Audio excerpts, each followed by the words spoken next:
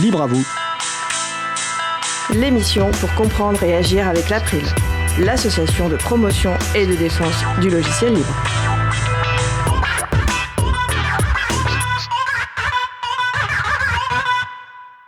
Bonjour à toutes, bonjour à tous, bienvenue dans Libre à vous. C'est le moment que vous avez choisi pour vous offrir 1h30 d'informations et d'échanges sur les libertés informatiques et également de la musique libre.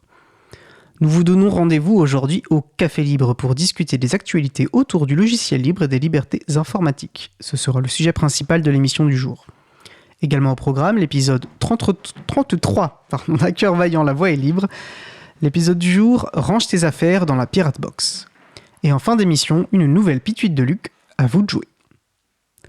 Soyez les bienvenus dans cette nouvelle édition de Libre à vous, l'émission qui vous raconte les libertés informatiques, proposée par l'April, l'association de promotion et de défense du logiciel libre.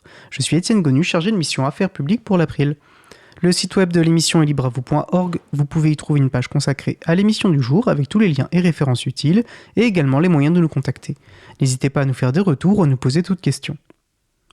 Nous sommes mardi 29 avril 2025, nous diffusons en direct, mais vous écoutez peut-être une rediffusion ou un podcast. J'en profite d'ailleurs pour saluer celles et ceux qui nous écoutent peut-être en rediffusion sur Radio Cigaloun, ou les mardis à 21h, ou sur la radio libre en Périgord les lundis à 14h. À la réalisation de l'émission, Julie Chaumard. Salut Julie. Bonjour. Nous vous souhaitons une excellente écoute. Cause commune, la voix des possibles, 93.1 FM et en DAB+, en Ile-de-France. Partout dans le monde sur causecommune.fm et sur l'appli Cause Commune. Pour participer à notre conversation, 09 72 51 55 46 et aussi sur causecommune.fm, bouton de chat, salon libre à vous. Nous allons commencer par un nouvel épisode d'À cœur vaillant, la voix est libre de Laurent et Laurette Costi. Comprendre Internet et ses techniques pour mieux l'utiliser, en particulier avec des logiciels libres et services respectueux des utilisateurs et utilisatrices pour son propre bien-être en particulier et celui de la société en général. Laurent Costi est administrateur de l'April et fait cette chronique avec sa fille Laurette. L'épisode du jour, range tes affaires dans la Pirate Box. Allô Laurette, puisqu'on est là peinard à faire notre chronique à distance pour cause de machines à téléporter pas encore inventées, franchement, tant qu'à choisir entre IA et téléportation, je prendrai la téléportation, il faut que je te raconte. Bah, j'ai pas le choix. Je vais écouter avec une attention appuyée et sous la surveillance d'une webcam. Heureusement, sous Big Blue Button. Vas-y, raconte-moi ta plongée dans le passé d'Internet pour exhumer le vieux projet Pirate Box. Mais t'es pas Laurette? Non, je suis Lison. Oh bah désolé de vous avoir dérangé, je me suis trompé de numéro. Allô Laurette, puisqu'on est là peinard à être réduit à faire notre chronique à distance pour cause de machines à téléporter pas encore inventées, franchement, tant qu'à choisir entre IA et téléportation, je prendrai la téléportation, il faut que je te raconte. J'ai pas le choix. Je vais écouter avec une attention appuyée et sous la surveillance d'une webcam. Heureusement sous Big Blue Button. Vas-y, raconte-moi ta plongée dans le passé d'Internet pour exhumer le vieux projet Pirate Box.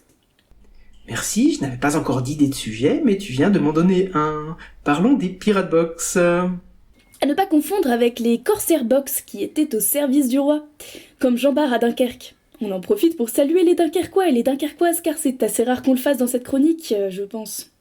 Bonjour les Dunkerquois et les Dunkerquoises, vous allez être particulièrement heureux et heureuses d'apprendre pourquoi je me suis penché sur ces objets particuliers qui ont marqué une certaine période d'Internet. Oh, Père Castor, moi aussi je veux connaître l'histoire des Pirate Box. Raconte-moi tout ça avec moult détails et plein de mots techniques que je pourrais expliquer avec grand joie à nos auditeurs et auditrices. Et d'ailleurs, je vais tout de suite commencer avec le mot Pirate Box. Pirate, de l'anglais pirate, et box qui veut dire... Sport de combat avec de gros gants rouges pour pas qu'on voit le sang qui a coulé dessus depuis le nez de l'adversaire. Presque. Non, ça veut dire boîte. Boîte pirate donc. Et pourquoi donc voulais-tu faire une boîte pirate? Et surtout, c'est quoi concrètement? Un coffre avec plein de pièces d'or à l'intérieur? Commençons par le commencement et partons donc du besoin. Comme l'asso dans laquelle je travaille va organiser une chouette manip début juillet autour de Saint-Brieuc, en passant bonjour aux Dunkerquois et Dunkerquoises qui habitent à Saint-Brieuc, manip avec plein de personnes qui vont venir de toute la France, je me suis souvenu d'un projet que j'avais croisé dans mes pérégrinations exploratoires, curatoires et sérendipitaires du web. Tu faisais de la veille quoi. Et laisse-moi deviner, t'as pensé à une Pirate Box du coup. Tu gagnes un kudo à faire valoir sur la plateforme Strava. Mais il est temps d'expliquer ce qu'est une Pirate Box. Je pourrais le faire très bien, sans filet, mais je me dis que c'est l'occasion de valoriser cet incroyable commun numérique qu'est Wikipédia. Pas de doute, encore un super travail super difficile pour Super Laurette.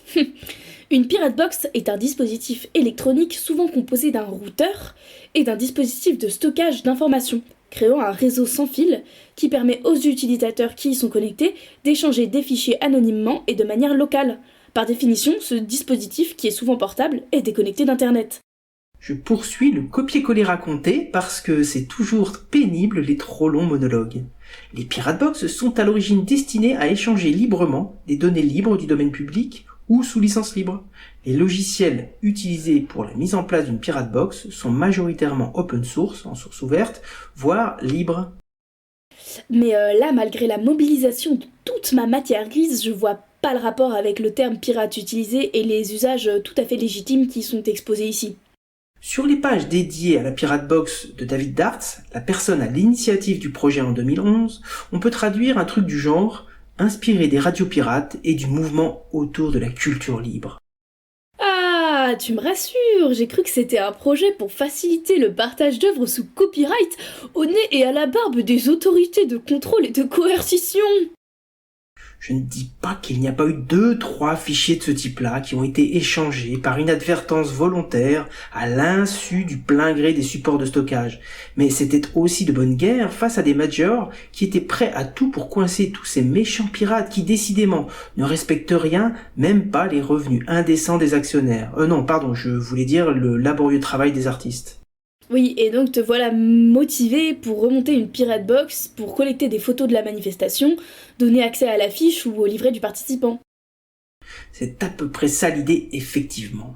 Donc, bim, direction les tutos qui ne doivent pas manquer sur la toile. Avec une contrainte cependant que je m'étais imposée, acheter un minimum de matériel parce que bon, la planète, elle commence à en avoir ras la casquette qu'on la tonde toujours plus profond.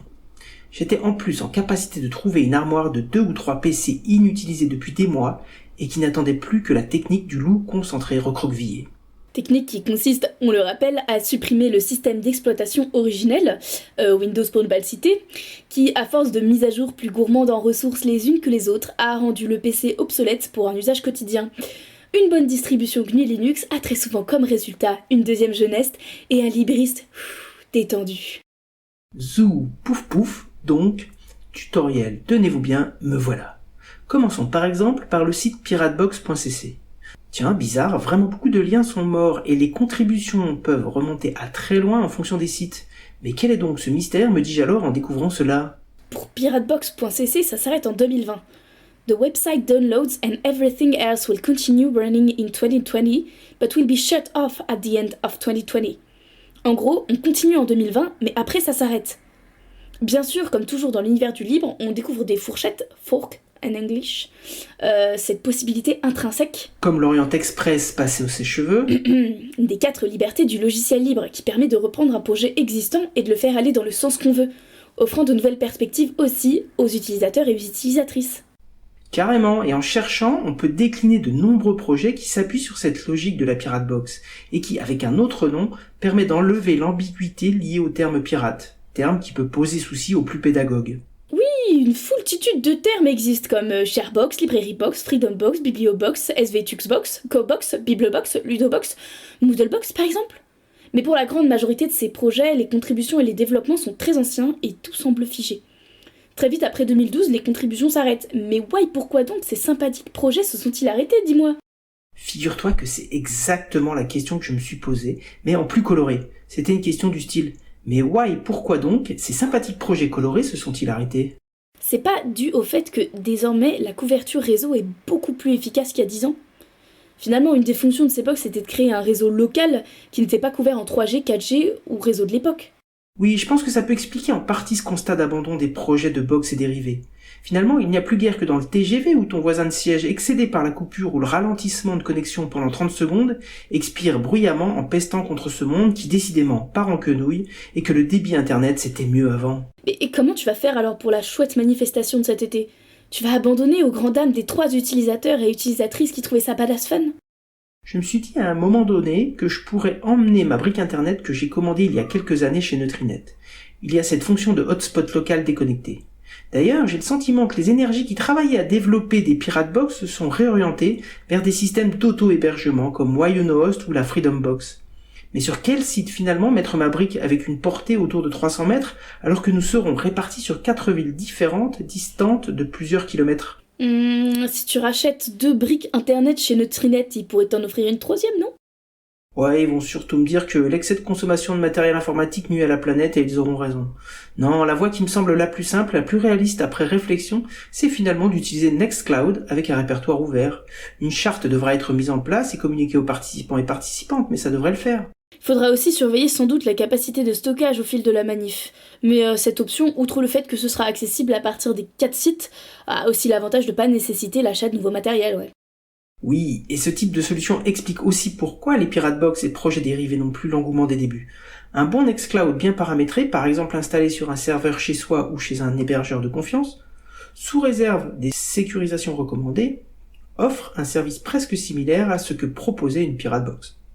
Je dis presque, car l'anonymat était quand même beaucoup plus compliqué à lever quand on utilisait une Pirate Box.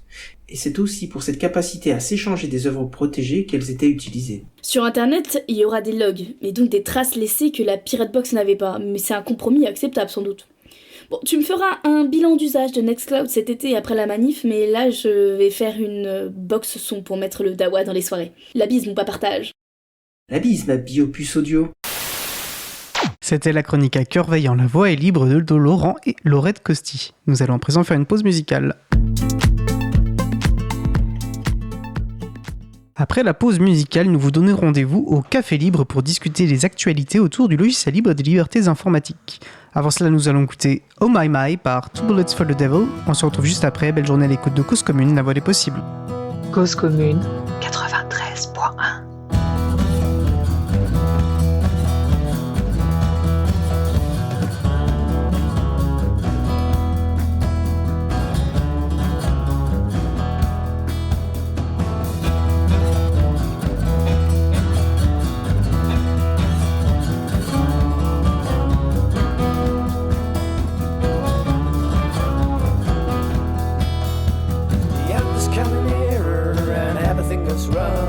There's poison in the water and a virus in the air.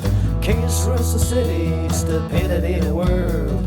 No one knows the answers to questions we don't dare to ask. To questions we don't dare to ask. And I say, oh my, nothing more is there to say than oh my, and all I say is oh my, and all I say is oh my, yeah, I say oh my, nothing more is there to say than oh my, and all I say is oh my, and all I say is oh my.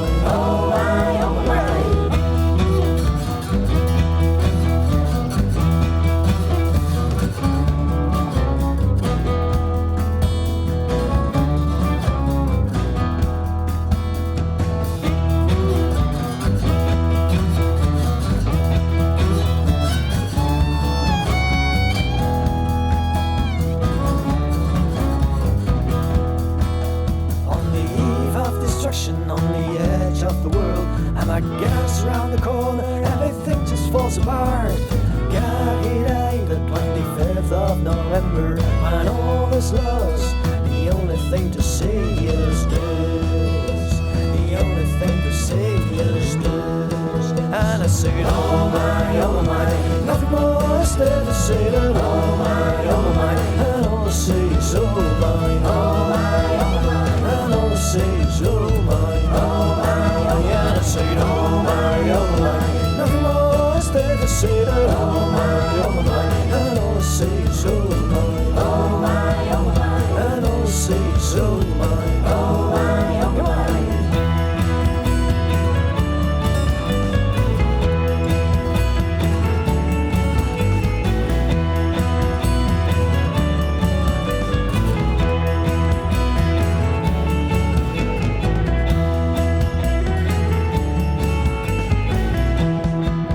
I say, oh my, nothing more is there to say than oh my, and all I say is oh my, and all I say so mine. Oh my, oh yeah, I say oh my, oh my. Nothing more is there to say that oh my, oh my. And I say so mine. Oh my, oh my. And I say so mine. Oh my, oh my. And I say so mine. And I say so mine.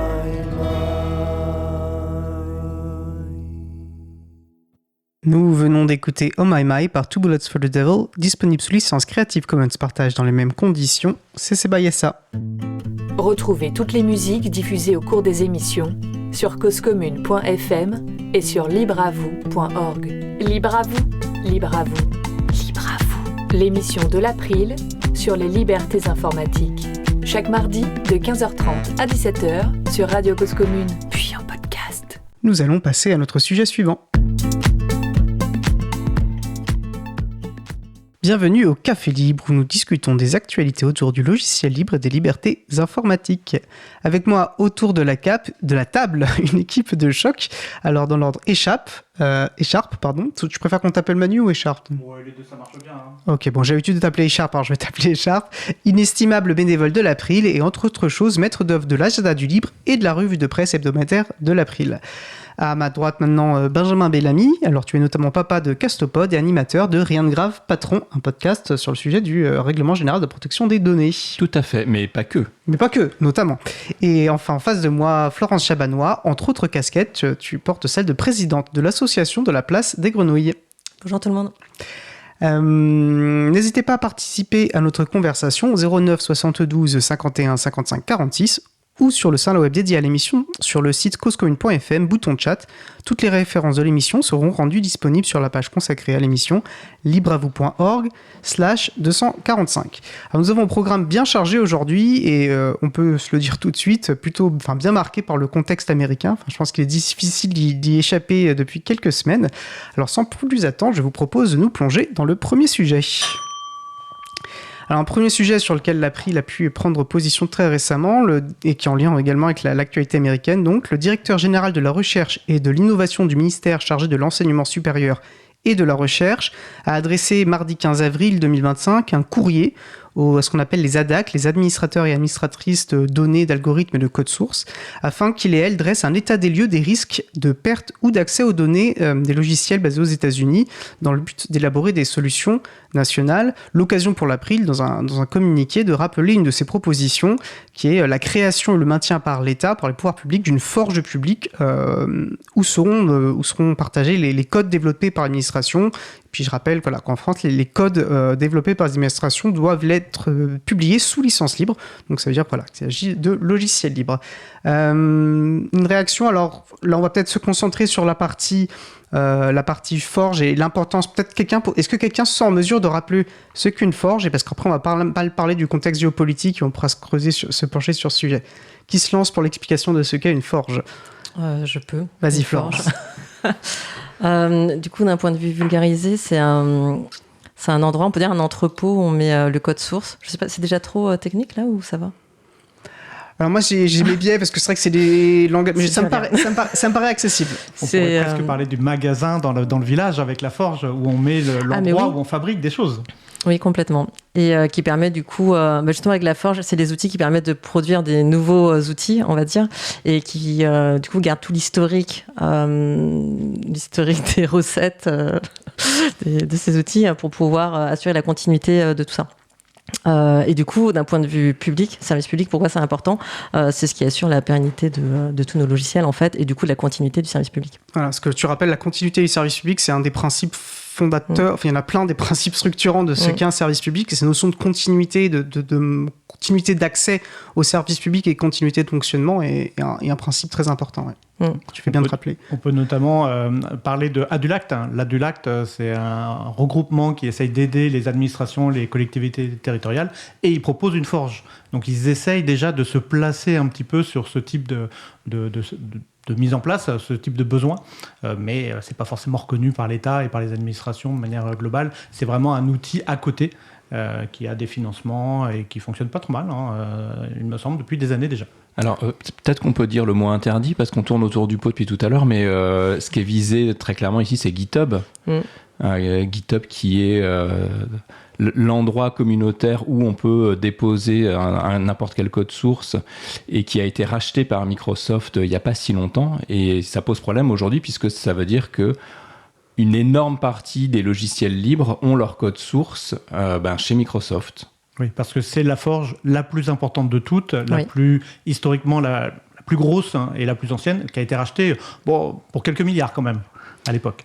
Mais à la limite, peu importe le montant, le problème n'est pas là. Il l'aurait payé 3 sous, ça ne changerait pas le problème qu'aujourd'hui, Oui, mais ça montrait l'importance peut-être ça montre l'importance, de la forge. oui, tout à fait. Et effectivement. Alors, il y a une forge libre quand même en concurrence, on va dire, qui est là souvent recommandée et mise en avant. Il y en a plein. Ouais, il y en a une qui sort du lot peut-être. Oui, il y en a une. GitLab, voilà, parce que... Ouais. Il y a GitLab, mais il y a aussi Codeberg avec ForgeJo, c'est comme ça que ça s'appelle. En fait, il y en a quand même plusieurs. Et puis GitLab étant libre, il y a plusieurs instances de GitLab. Il y a l'instance principale de GitLab qui vend ses services moyennant finance. Et ce qui pose un problème d'ailleurs, c'est que GitHub a été payant à une époque. Et en tout cas a été payant pour les logiciels qui n'étaient pas sous licence libre. Aujourd'hui, GitHub est complètement gratuit, ce qui fait que on y va tous par flemme. Pour les particuliers, tu veux dire? Parce que c'est payant quand même pour les entreprises. Et Plus ou moins. Plutôt moins que plus maintenant. Disons que certains services sont payants, mais de base, ils essayent d'accueillir tout le monde. C'est toujours le pied dans la porte. C'est la stratégie du pied dans la porte. Que j'ai compris, du vendeur de crack, moi je dis. Une difficulté GitHub, mais après je vais peut-être proposer de mettre un ordre, parce que je vois 2 enjeux, mais une difficulté GitHub de ce que j'ai compris, notamment pour les développeurs et les développeuses, c'est que ça fait presque office aussi d'une forme de réseau social de développement où on échange les pratiques, on échange plein de choses, pas seulement du code à proprement parler, ça c'est toutes les sous-couches de services, on pourra se repencher dessus dedans, ce qui fait qu'il est aussi très difficile de ne pas passer, de ne pas passer par cette plateforme, et ce qui durcit encore plus les effets de dépendance, et ce qui rend peut-être d'autant plus pertinent la nécessité de maintenir des forges qui soient en dehors de ces systèmes-là. Benjamin. Ouais, pour illustrer ton propos, typiquement, moi je suis pas un grand adorateur de Microsoft. Pour le développement de Castopod, donc notre plateforme d'hébergement de podcasts qui est libre, on a décidé d'avoir notre propre instance GitLab auto-hébergée parce qu'on voulait être souverain sur notre code source. Sauf que quand on a commencé à chercher des financements, des choses à droite à gauche, et en particulier Open Collective, qui est une plateforme de financement de logiciels libres, ils demandent un certain nombre d'étoiles sur GitHub. Et si vous n'avez pas d'étoiles sur GitHub, et donc si vous n'êtes pas sur GitHub, vous n'existez pas.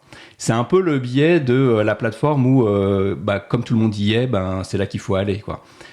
Et il y a un espèce de cercle vicieux à se dire, non, on va pas s'embêter, on sait que tout le monde est là. C'est un peu comme on était jadis tous sur Facebook parce que c'est là qu'il y avait tout le monde. C'est un peu comme WhatsApp. C'est toutes ces plateformes-là privatives. Pourquoi ça marche? C'est parce que c'est gratuit, et parce que c'est facile, et parce que c'est là que tout le monde y est. C'est aussi que GitHub, pour le coup, avant le rachat de Microsoft, c'était un très très bon move de la part de Microsoft, c'est que on poussait les entreprises et les particuliers à y aller, à justement partager le code source. Et une fois qu'on a tout poussé dessus, on se retrouve à se dire du coup on ne sait pas ce qu'ils vont en faire. Et du coup il y a des va-et-vient justement entre GitLab et GitHub d'un point de vue entreprise, notamment aussi par rapport aux fuites de données. Il y a tout un écosystème sur GitHub. Maintenant il y a un éditeur de code. Il y a plein de hooks, de choses qui font que ça facilite énormément le travail de développement. Et GitLab, ça marche en local et tout, mais du coup c'est un surcoût quand même important, de la gratuité ou pas, pour pouvoir maintenir ça. Et comme on l'a dit tout à l'heure, le code source, c'est vraiment le nerf de la guerre d'une entreprise d'un point de vue logiciel, dans le sens où c'est vraiment la recette de tous nos plats, quoi. Et du coup, s'il n'y a pas de garantie d'intégrité de ces données-là, c'est un risque. Donc, on doit vraiment déployer des moyens pour garantir que tout est bien fait. Du coup, ça nécessite plus de ressources en termes de maintenance d'avoir du GitLab. Alors que GitHub, c'est tout clé en main, quoi. On peut noter le petit paradoxe.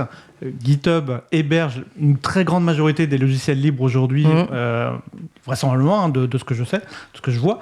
Mais GitHub n'est pas un logiciel libre, ce qui est toujours amusant à rappeler. À l'April, on s'en était offusqué à une époque. On avait on avait un peu bataillé sur le sujet.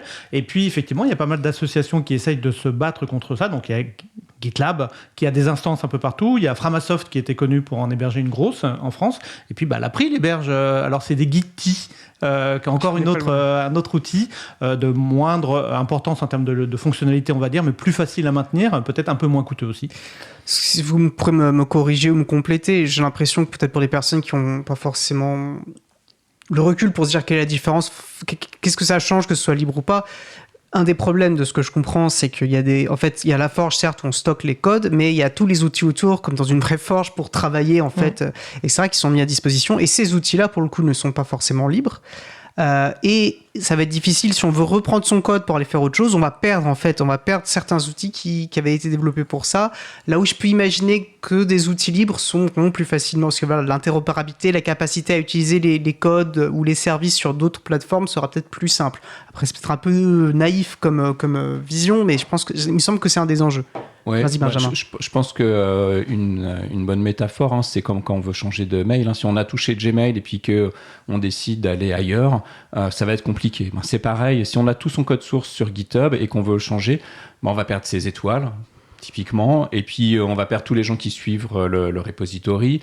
On va perdre des trucs de configuration qui sont un peu touchy. Donc, évidemment, son code source, on va pouvoir le récupérer puisque tout le monde peut le récupérer. Mais au-delà, en fait, il y a tout l'environnement et l'écosystème. Ça va être compliqué. Si on a du CI/CD, ça va être compliqué. CI/CD, pardon. Alors ça, c'est le système de build, on va dire, de construction, qui permet de déployer notamment. D'accord. Alors, on parle beaucoup, et en fait, c'est intéressant de faire un plaidoyer pour les forges libres et contre GitHub pour tous les problèmes d'adhérence que ça avait, et qui sont vrais pour tout le monde, en fait. Mais comme on le disait, c'est pour ça que je vais revenir sur le côté forge publique et la question des codes développés par l'administration, qui sont des documents administratifs communicables, c'est-à-dire que d'ailleurs c'est financé par de l'argent public, ces codes doivent rester librement accessibles et librement réutilisables par l'ensemble de la population, par qui veut en fait. Donc il y a tout cet enjeu aussi de maintenir un accès simple, continu à ces codes en tant que service public. Et tu parlais de l'Adulact, effectivement, il propose le comptoir du libre. Alors, je sais pas si c'est une forge, le comptoir du libre, peut-être que je confonds deux choses. Je sais pas, mais l'Adulact a une forge. Ils ont une forge, et l'Adulact fait un très bon boulot. C'est un acteur très important. Alors, ils sont très concentrés pour la promotion du logiciel libre et de la mutualisation auprès des collectivités avant tout. Et le problème, et c'est ce qu'on cherche aussi à dire dans notre communiqué à l'April, c'est que en fait, quel que soit l'acteur, il n'y a pas de jugement moral, que ce soit GitHub ou quelqu'un d'autre. Alors, même s'il y a des problèmes en plus quand c'est GitHub, la difficulté, c'est quand on dépend d'une personne extérieure, d'une personne, qu'elle soit une association et quelles que soient ses intentions, elle peut changer de politique interne, elle peut mettre la clé sous la porte pour une raison ou une autre. Et en fait, c'est là où on va perdre ce côté que tu rappelais, Florence, à juste titre, de continuité de service public. On a une dépendance. Et en fait, là-dessus, il ne faut pas de dépendance. Il faut garantir dans le temps cette continuité. Surtout qu'on peut naïvement aussi se dire que, je pense que sans doute que l'État a les capacités techniques, de connaissances et financières pour pouvoir héberger sa propre forge quand même. Alors, l'État héberge plein de forges. En plus, c'est ça qui est rigolo. Il y en a des dizaines et probablement des centaines, peut-être même plus parce que c'est tentaculaire. Moi, j'ai travaillé dans des administrations et il y avait des forges, plusieurs, dans différents environnements, des environnements sécurisés, des environnements non sécurisés. En général, du GitLab, qui est plutôt apprécié et connu, bien utilisé par les administrateurs système, donc ceux qui mettent en place. Et ils ont du mal à centraliser autour d'une forge. Et je crois que la DINUM, la direction du numérique, avait essayé d'aller dans ce sens-là. Ils avaient fait des propositions pour essayer d'organiser un petit peu, pour essayer de proposer un peu de centralisation. Ça a des avantages, ça a des inconvénients. Et essayer d'éviter de redéployer à chaque fois des outils qui vont parfois être mis dans un coin et plus maintenus. Parce que ça fait aussi partie des problèmes, c'est qu'il faut maintenir les forges. Il faut des gens qui ont une expertise et qui vont les faire évoluer, les corriger et garantir, par exemple, la sécurité des forges. Ça demande une volonté politique de le faire. Ouais, et puis ça demande du temps et de l'argent. Maintenir un GitLab, j'en sais quelque chose, il faut s'en occuper toutes les semaines. C'est comme un petit animal. C'est un choix politique que de maintenir un temps dédié d'agents publics là-dessus. Et c'est un choix qu'il faut faire, visiblement, vu les enjeux, et qui n'est pas non plus complètement déraisonnable. Mais on voit qu'il y a aussi quand même une grosse dimension marketing, parce que le fait qu'il y ait plein de forges, ça facilite pas. Quand on cherche quelque chose, on sait pas où on va le trouver. Pourquoi aussi est-ce qu'aujourd'hui tout le monde va sur GitHub, c'est parce que on sait que c'est là qu'on va aller chercher, c'est là qu'on va trouver. C'est de la même manière que s'il y a une vidéo, elle est sur YouTube. C'est triste, mais c'est ce qui fait que on centralise parce que ça facilite le boulot de tout le monde après. Hein. On va saluer une partie des agents de la DINU, mais ils ont fait un travail important. Alors, c'est pas au niveau d'avoir une forge, mais il y a un catalogue en fait de où trouver, qui référence où trouver les différents codes développés.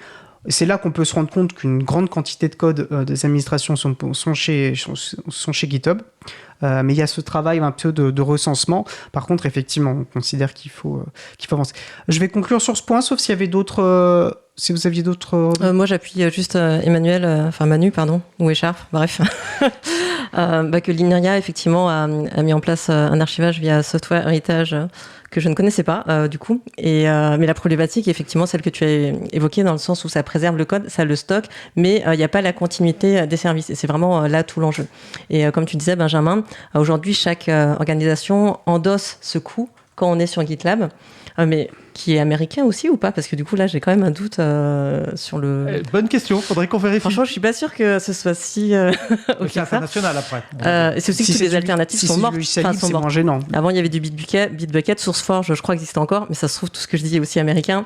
C'est là où, avant, c'était vraiment très à la mode et c'était des gens qui avaient une vision à très long terme de pérennité, qui encourageaient les entreprises à aller sur GitHub. Et là, on se retrouve un peu pris à son propre piège en se disant, ça marche tant que c'est pas un autre système, en l'occurrence Microsoft, qui risque de retourner ça contre nous au fil des années, suite à un, entre guillemets, bête rachat.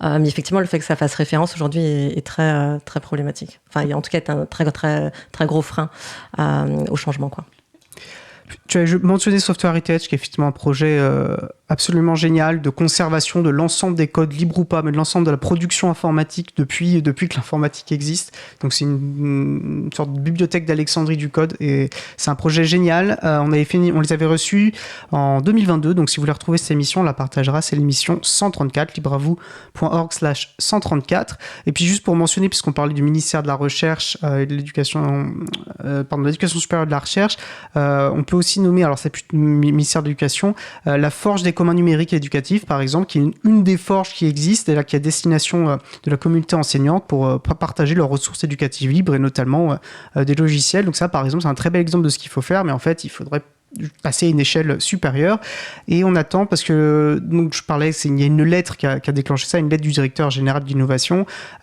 qui demande un état des lieux. Donc voilà, on appelle également à ce que cet état des lieux, cet audit soit communiqué.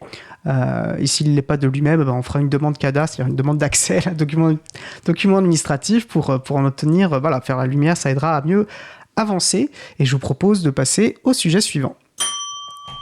Alors, comme je le disais en introduction, puis en fait il y avait un lien avec notre premier sujet, c'est un sujet qui est difficile d'y échapper, comme l'IA par exemple, c'est le contexte géopolitique avec la présidence de Trump aux États-Unis, avec entre sa guerre commerciale et son détricotage en règle des contre-pouvoirs aux États-Unis, qui dans un monde globalisé, forcément c'est un impact global et qui impacte évidemment aussi les sujets qui nous intéressent, les sujets numériques. Alors c'est vraiment un gros plat de résistance sur ce café libre. Il y a plein de plus petits plats à l'intérieur, donc peut-être qu'ils se recroiseront. On va pas forcément faire actu par actu à l'intérieur. On nommera les plus importantes et on essaiera de donner quand même que ce plat reste aussi cohérent et digeste que possible. Mais c'est vrai que c'est foisonnant. C'est foisonnant et c'est difficile à suivre parce que ça va très vite. Et je vous propose de commencer par une idée qui est en fait ancienne et qui est revenue avec cette guerre commerciale. L'idée de guerre commerciale, c'est ce qu'on appelle la taxe GAFAM. Alors je vais remettre juste un peu de contexte, là, je lis les choses dans le désordre, j'en suis désolé. Donc pour remettre un peu de contexte, de cette guerre commerciale, le calcul des droits de douane de Trump, qui lui permet de justifier des taxes absolument déraisonnables à l'ensemble, à beaucoup d'États du monde, basé sur un calcul absurde, basé sur le rapport entre importation et exportation, ce qu'on appelle la balance commerciale. Et dans son calcul, il s'était focalisé sur la balance commerciale des produits physiques. Et or, s'il y a un domaine où la balance commerciale entre États-Unis et Union européenne est largement en faveur des États-Unis, c'est les services numériques. Et c'est notamment dans Next qui le résume ainsi. En 2023, l'Europe exportait par exemple 503 milliards d'euros de marchandises vers les États-Unis et emportait 347 milliards d'euros. Déjà, on voit quand même les ordres de grandeur. Or, la situation s'inverse quand on regarde les services. L'Union européenne exportait l'équivalent de 319 milliards d'euros vers les États-Unis, alors que ces derniers généraient 427 milliards d'euros à partir du marché européen. terrain. En matière de services, les États-Unis bénéficient donc d'un excellent commercial significatif vis-à-vis de l'Europe. Et donc c'est dans ce contexte-là qu'est revenue sur la table cette idée d'une taxe GAFAM pour taxer les flux financiers des géants du numérique. Qu'est-ce que ça vous inspire déjà cette idée de taxe GAFAM, elle est ancienne, hein, elle réapparaît là, mais elle est ancienne. Qu'est-ce que vous en pensez déjà de cette idée de taxe et puis globalement de cette situation? Alors, moi perso, je ne suis pas fan des taxes, mais si au moins on pouvait déjà appliquer les taxes existantes, parce qu'il faut rappeler, les GAFAM existent et les entreprises du numérique gigantesques existent en grande partie parce qu'elles arrivent à contourner les règles déjà en place, en passant par différents pays. Hein. L'Irlande, par exemple, c'est un des moyens les plus simples. Et puis en s'arrangeant pour que tout ce qui correspond à des droits d'auteur, eh bien, ce soit démesuré dans un sens ou minimisé dans un autre, que les emplois ils soient pas forcément répertoriés comme catalogués dans certains pays ou dans d'autres, que le marché il soit pas indiqué comme le marché des consommateurs soit pas indiqué comme étant là où on veut payer les taxes, mais on va les payer ailleurs. Et en bidouillant à chaque fois comme cela, les grosses entreprises arrivent à ne pas payer les taxes déjà existantes. Et c'est très problématique parce qu'on se rend compte qu'avec les années, il y a probablement des milliards et des milliards qui ont échappé à tout ce qu'on pouvait organiser. Et l'Irlande, il y a eu des problèmes, ne serait-ce que je crois que c'était des droits de taxes que l'Irlande avait décidé de ne pas faire payer aux grosses multinationales américaines pour encourager leur implantation en Irlande, ce qui a plutôt fonctionné.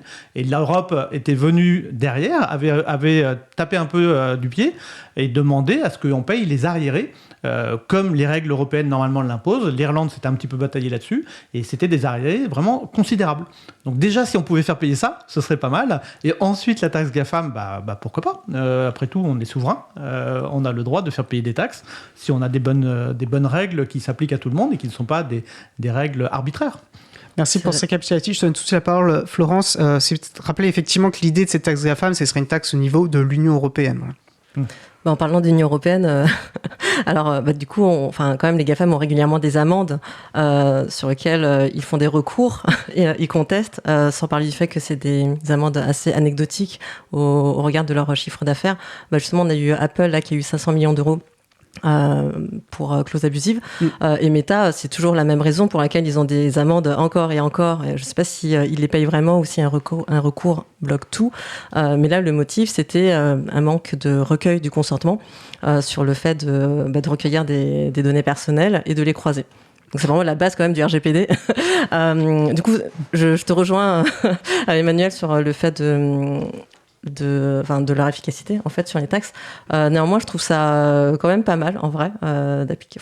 Le fait que ça existe, ça envoie quand même un signal dans le sens où on se fait quand même malmener par en particulier le gouvernement européen. Pas que nous d'ailleurs, tout le monde se fait malmener. On a tous et toutes une épée de Damoclès et ça permettrait de au moins proposer un contre-pouvoir. Moi, je suis plutôt positive en fait sur ce sujet. T'es plutôt pour instaurer une taxe GAFAM. Favorable, on va dire. Ouais. Alors, moi, je rejoins ce que disait Echarp sur le fait qu'il faudrait commencer par résoudre cette distorsion de concurrence. Parce qu'au-delà de est-ce qu'on est pour ou contre les taxes, peu importe, il y a une vraie distorsion de concurrence qui pose un véritable problème. Sur la taxe GAFAM en elle-même, moi, à titre personnel, j'y crois pas du tout. Je pense que c'est un épouvantail qu'on agite et qu'on dit attention, taxe GAFAM. Je pense que les enjeux sont tels. Aujourd'hui, la dépendance des sociétés européennes et en particulier françaises, des multinationales aux GAFAM, elle est telle que si demain on leur imposait une taxe GAFAM, parce que c'est bien nos sociétés qui vont les payer, les taxes, c'est le principe des taxes, il y aurait une telle levée de bouclier que ça avancerait pas. Donc je ne crois pas une seconde qu'on va arriver à mettre en place une taxe GAFAM. Maintenant qu'on l'agite et que ça revienne régulièrement, pourquoi pas ? Si ça peut faire réfléchir quelques DSI en se disant est-ce que j'ai vraiment besoin de tout mettre chez Outlook ou Gmail ou ouais, c'est une bonne chose. Et puis d'autant que le contexte géopolitique, mais là on n'est plus vraiment dans l'économie, on est vraiment dans la politique actuelle, nous incite à être précautionneux, à se dire est-ce que j'ai vraiment envie que tous mes secrets de fabrication soit chez Microsoft ou chez Google ou chez Amazon. Mais la réflexion, en fait, à mon avis, elle va plus venir d'une crainte d'espionnage industriel parce que c'est pas de la science-fiction, c'est pas que dans les films, que d'une possible taxe GAFAM, sachant qu'en France, au niveau des taxes, on est déjà correctement lotis. Ça se discute, mais en tout cas, je crois pas qu'on y arrivera un jour. Ce que je trouve intéressant dans ce que tu soulèves, alors c'est difficile à percevoir tout de suite, mais je trouve que dans certains discours, ça commence à faire surface. Pendant longtemps, on disait ça pose quand même problème de tout soit chez Microsoft, etc., pour plein de raisons évidentes. Mais en même temps, c'était oui, mais les Américains, c'est nos alliés. L'enjeu, voilà, par rapport aux Chinois, c'est un peu plus compliqué. Là, le fait que les États-Unis soient nos alliés, on est un peu moins sûr sur le long terme. Et je trouve que ça rend d'autant plus palpable et évident peut-être la nécessité d'un petit peu plus d'autonomie vis-à-vis des solutions américaines. Et je trouve dans la bouche de certains politiques, notamment, ça commence peut-être à émerger. Moi, ça fait plus de 15 ans que je me bats pour qu'on arrête de mettre... la messagerie, c'est un point clé parce qu'on a tous besoin d'une messagerie en entreprise. Qu'on arrête de mettre nos messageries chez Google ou chez Microsoft. Et ça fait 15 ans qu'on me traite de parano et qu'on me rigole au nez et qu'on me dit avec ta messagerie libre ou auto-hébergée ou souveraine, c'est nul, comment tu gères ton agenda, etc. Aujourd'hui, on rigole plus. Le sujet, il est plus tabou, on peut en parler et il y a une vraie prise de conscience de fond qui est en train de se faire chez tous les acteurs. Chez les politiciens et les politiciennes, oui, on peut penser à Philippe Latombe qui a toujours été très actif là-dessus, mais il était un peu tout seul, il l'est de moins en moins, et c'est un discours qui commence à passer, c'est-à-dire que les gens commencent à écouter nos explications. Et il y a vraiment un changement que moi je note depuis plusieurs mois. Je trouve ça très triste qu'il faille en arriver à l'arrivée d'un Trump au pouvoir pour que les gens nous écoutent. Au final, est-ce qu'on doit s'en réjouir ? Je ne pense pas. En tout cas, ce discours-là, il passe aujourd'hui. Oui, je suis d'accord. C'est le seul point positif de l'histoire. C'est que la menace que les gens avaient du mal à vraiment palper par rapport... C'est aussi le fait que ça fasse référence, comme on disait pour GitHub, personne n'y croit en fait. On a l'impression que c'est des Cassandres dans le sens où c'est un risque, mais bon, il y a des risques partout. Et du coup, c'est plus des arbitrages entre tel risque par rapport à un autre. Et là, depuis, il y a de plus en plus de menaces en fait. Déjà avec tout ce qui est cybersécurité, donc ça c'est encore plus depuis la Covid, avec des risques géopolitiques. Là, on commence vraiment à avoir peur parce qu'on commence à sentir des effets. Et là, au moins, ça a l'avantage de cette situation qui est effectivement pas du tout souhaitable, fait que ça incite un peu plus au mouvement. Je pense qu'il y avait quelqu'un qui était Cassandre avant nous, c'est De Gaulle.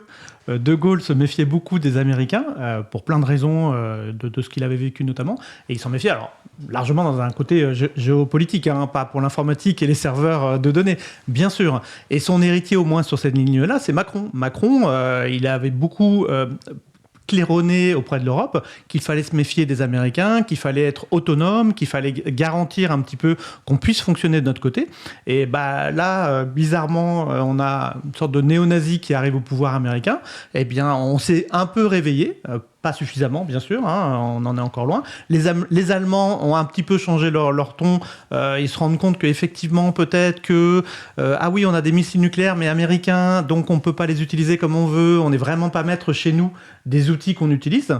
C'est complètement les arguments que nous, on utilise aussi pour le logiciel et pour les données. Et qu'il faut, il faut retravailler ça. Il faut retravailler aussi le fait que nos données européennes, elles soient protégées. Il y a des clauses dans les conventions européennes qui disent qu'on ne doit pas pouvoir exporter les données des Européens sur d'autres serveurs. Ça s'appelle, en anglais, c'est le Safe Harbor. Je ne sais pas comment on le traduit en français, mais c'est qu'en fait, les serveurs qui hébergent, par exemple, les données de santé français, doivent être hébergés en France ou en Europe, parce que maintenant, la règle est communautaire. Et malheureusement, ces clauses-là, qui étaient surveillées par les juges, ont sauté encore récemment et ont repermis aux données de santé des Français d'être hébergées en Amérique, dans le cloud Microsoft, et il y a des allers-retours, donc là on est en train de se dire mais c'est peut-être une connerie quand même d'héberger tout ça là-bas, est-ce qu'il ne faudrait pas garantir que ce soit hébergé en Europe, même si c'est chez Azure, donc Microsoft, au moins c'est en Europe, on peut appliquer nos lois localement, mais non, si c'est des entreprises américaines, de toute façon le droit américain s'appliquera, et surtout les données sensibles, ils y auront accès, il n'y a aucun doute là-dessus.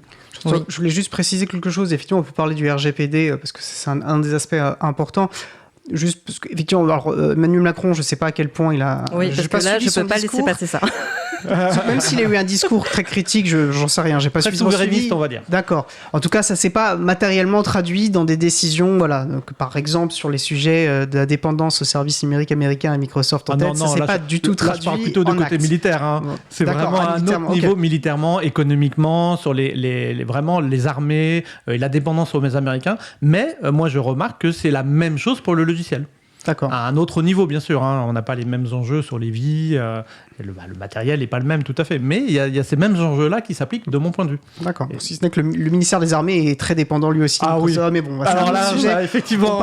On parlait du RGPD qui, je pense, est effectivement parce que dans le bras de fer géopolitique entre États-Unis et Union européenne, les grandes réglementations européennes sur les services du numérique sont vraiment, me semble, un des grands leviers ou des grands sujets de tension, et notamment la réglementation générale de la protection des données, qui est bien plus protectrice dans l'Union européenne, même si on pourrait toujours souhaiter davantage de protection qu'elle ne l'est aux États-Unis. Alors le Safe Harbor, il me semble que c'était un accord bilatéral entre Union européenne et États-Unis pour dire que le droit américain était conforme à la réglementation européenne, qui a été cassé à 2 reprises d'ailleurs pour dire qu'il n'était pas finalement si protecteur que par ça. Max Voilà. Schrems. Voilà, par Max Schrems effectivement, et son association NIOB. Alors il l'a cassé, enfin il a agi avant l'existence de cette association. Mais je crois, voilà, Benjamin, toi tu suis de près les sujets RGPD. Tu fais un podcast qui est dédié à ces questions-là. Donc je sais que tu voulais voilà, évoquer ces grandes questions. Alors je ne les suis pas particulièrement de près, mais je pense que par rapport à tout ce qu'on vient de dire, que beaucoup de gens en Europe se sont plaints du RGPD, qu'on l'a très très mal expliqué, que globalement personne ne sait à quoi ça sert, comment ça marche, personne. Et que là, on va avoir un premier cas d'usage où on va voir à quoi ça sert, c'est que ça va nous permettre de nous protéger de Donald Trump. Ce qui est déjà pas mal. Ça permet de faire plein d'autres choses. Donc après, je ne suis pas un expert du RGPD, je ne suis pas avocat ou autre, c'est juste un peu ma passion. Je trouve que c'est un texte qui est vraiment chouette parce que il remplit un objectif qui est vraiment très vertueux et très noble, qui est de protéger nos données pour pas que n'importe qui puisse en faire n'importe quoi avec. Donc c'est très chouette. Et puis à l'heure du scrapping avec l'IA, je pense que ça va devenir de plus en plus important. Donc le scrapping... Oui, le mot français m'échappe aussi. Comment est-ce qu'on pourrait... En fait, c'est le fait d'aller sur des sites récupérer de manière systématique des données. Donc de télécharger l'intégralité du contenu d'un site.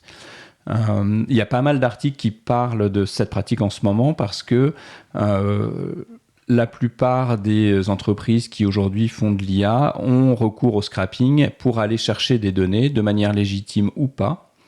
Et aujourd'hui, c'est la moitié du trafic Internet qui est en fait consommé par des robots qui récupèrent des données pour pouvoir entraîner des intelligences artificielles derrière. Oui, ça a explosé et ça met en cause même les serveurs, et notamment les serveurs de la communauté du libre, qui sont quasiment attaqués par ces outils qui sont en train d'essayer de tout regarder, de tout voir, d'aller partout, d'aller dans les coins plusieurs fois par jour, parce qu'ils n'ont pas vraiment de limites, pas les mêmes limites que les moteurs de recherche qui traditionnellement faisaient un peu la même chose. Et là, c'est par grosse quantité et c'est très difficile de se battre contre ça.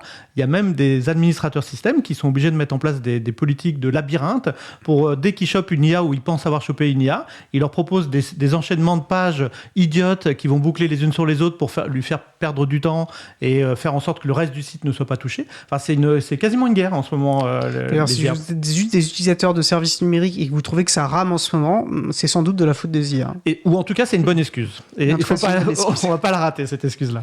Mais c'est vrai que la charge est importante, en fait. Même au-delà de la légitimité du fait de se sentir volé par rapport à ces robots. Donc, c'est pour ça que tu parles de stratégie pour tromper ces petits filous. Donc, il y a toujours eu ces problèmes-là, en termes de... Effectivement. Mais il y a aussi des fois où c'est pas gênant pour nous, mais du coup, ça nous coûte en tant que système ou organisation pour faire en sorte que le site ne tombe pas. Donc, c'est à ça que tu faisais référence, Étienne, je pense. Et ça génère un surcoût pour tout le monde, en fait. Par exemple, dans le domaine du podcast, il y a Podfriend, qui est un service d'écoute et de podcast que moi j'aimais beaucoup, qui était super novateur, qui est sous licence libre, open source. Et il a dû fermer son site parce que comme il référence de nombreux podcasts, il avait sa consommation de bande passante qui atteignait des sommets, et comme c'est des robots, il peut même pas se dire j'ai du trafic, c'est bien. Non, c'est du trafic qui n'a aucune valeur. C'est du trafic qui coûte de l'argent mais qui rapporte rien. Je pense que Wikipédia aussi a beaucoup de problèmes en ce moment. Alors que Wikipédia, je ne sais pas si vous le savez, mais on peut télécharger l'intégralité de la base Wikipédia. C'est complètement libre. Et donc, quand on fait de l'intelligence artificielle, c'est super pratique. C'est vraiment un outil incroyable. Sauf que s'il y a énormément de gens qui téléchargent et qui le font plusieurs fois par jour, ça finit par représenter des données colossales. Et donc, même indépendamment du coût écologique que ça représente, ça a un coût économique pour l'entreprise qui héberge le site. Il faut plus de serveurs, augmenter la bande passante. Ouais. Oui, c'est perturbateur, c'est très très perturbateur. Donc, je crois que j'ai vu le chiffre, c'est un peu plus de 50%, on est un peu, c'est peut-être à 51 ou 52% du trafic internet mondial, et c'est de l'IA, c'est pas... ça a dépassé le porno et le spam, c'est fou ça, fou. Franchement. Alors, on sait tout fout le camp. Je sais pas trop comment sont calculés ces pourcentages, parce que la problématique de ces moteurs, c'est que très souvent, ils le font de manière illégitime, alors au mépris du droit d'auteur et du RGPD, et au mépris de ce qu'on a mentionné tout à l'heure, le robot.txt, qui est un petit fichier qu'on met sur son site pour dire qu'est-ce qu'on a le droit d'indexer ou pas, et qui aujourd'hui est... donc c'est une norme qui est très très vieille, qui a au moins 20 ans, je pense, et qui est celle qu'on utilise aujourd'hui dans le cadre de l'IA. Enfin, qu'on aimerait bien faire utiliser dans le cadre de l'IA, tu veux dire. Et justement, parce que il y a énormément de ces moteurs de scrapping se font passer pour des internautes pour ne pas être bloqués. Parce que si on arrive sur un site en disant « Salut, je suis un moteur d'IA et je vais faire n'importe quoi », on peut deviner que le serveur va le bloquer assez rapidement. Donc, ils se font passer pour des utilisateurs classiques. Et du coup, mesurer même le nombre de ces robots, ça peut être compliqué. On a une petite idée, surtout quand on voit des grosses différences de trafic d'un jour à l'autre, ou qu'on voit un utilisateur qui télécharge l'intégralité des pages. Je crois qu'il y a des origines aussi, quand on voit que c'est un pays du Brésil qui vient indexer tout un site web en France et qui le fait plusieurs fois, on commence à se douter qu'il y a un problème, par exemple. On peut se douter. Ouais. Florence, je crois que tu voulais... Oui, l'autre point aussi, c'est que ça a toujours existé, mais maintenant avec l'IA, c'est encore plus facile de créer des robots pour aller scraper Internet. Et c'est là aussi... c'est aussi pour ça qu'il y en a de plus en plus, en fait. On va faire une pause. Je vais juste peut-être, parce que en fait, on est arrivé assez vite sur ce sujet, presque tout d'un coup. Et en fait, il y a un vrai lien qui est avec le sujet de départ de ce contexte de tension géopolitique. C'est qu'on a une situation qui est extrêmement compliquée. Il y a des outils comme le RGPD qui pourraient essayer de limiter un peu les effets ces effets de consommation, ces effets de tension sur les réseaux, etc. Mais on voit à quel point le fait qu'il y ait une tension entre deux des gros piliers, on va dire, que ce soit l'Union européenne et les États-Unis, qui du coup sont pas du tout capables de travailler en intelligence sur ces sujets-là, on peut voir quand même et se dire que ça a un impact assez considérable sur nos capacités collectives à essayer d'intégrer et de gérer ces situations, quoi. Et la Chine, parce que ça fait partie, et en plus c'est même des éléments qui font partie de la guerre économique, parce que c'est le terme consacré. Ouais. Ouais, mais il faut pas oublier la Chine, parce que nous on se retrouve géographiquement et on se retrouve vraiment pris en sandwich entre les deux. Donc s'il y a une troisième voie à construire, c'est ici qu'il faut le faire, quoi. Je vous propose de faire une pause musicale. Après, on va continuer nos échanges. Il y a encore beaucoup à dire et pas énormément de temps, mais on va y arriver. Donc, nous allons écouter Revel par Shelby Mary. On se retrouve juste après. Belle journée à l'écoute de Cause Commune, la voix des possibles. Cause Commune 93.1.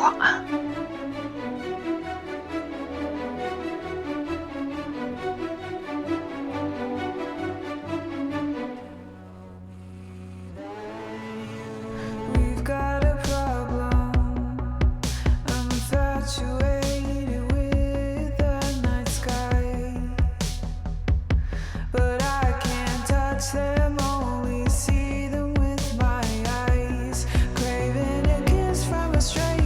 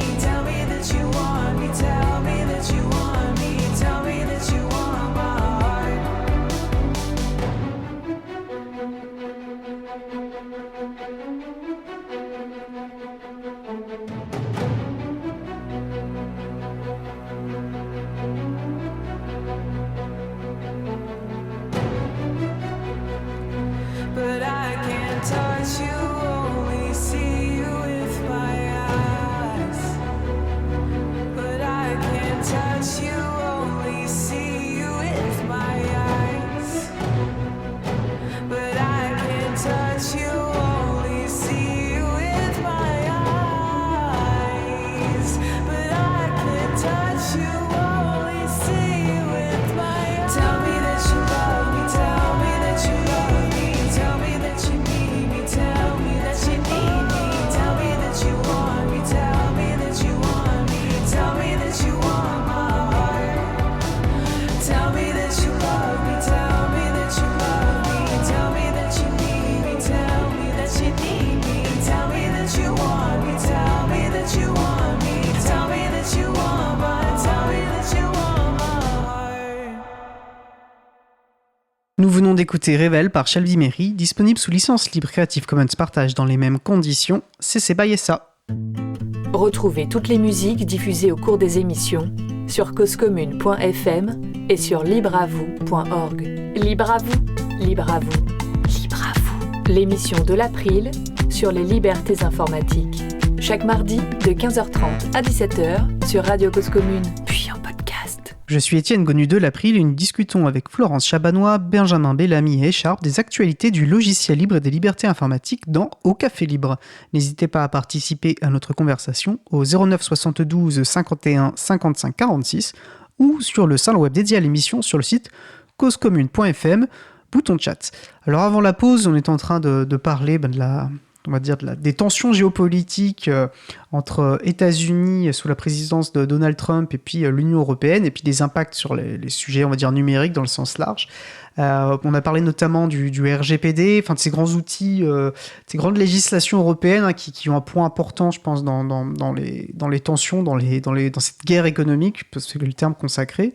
Je vais peut-être mentionner, parce que Florence, tu as parlé d'une amende récente, juste pour mentionner ce qu'elle est intéressante, cette amende, c'est la première qui avait été prise sur la base du Digital Service Act, qui est un grand règlement européen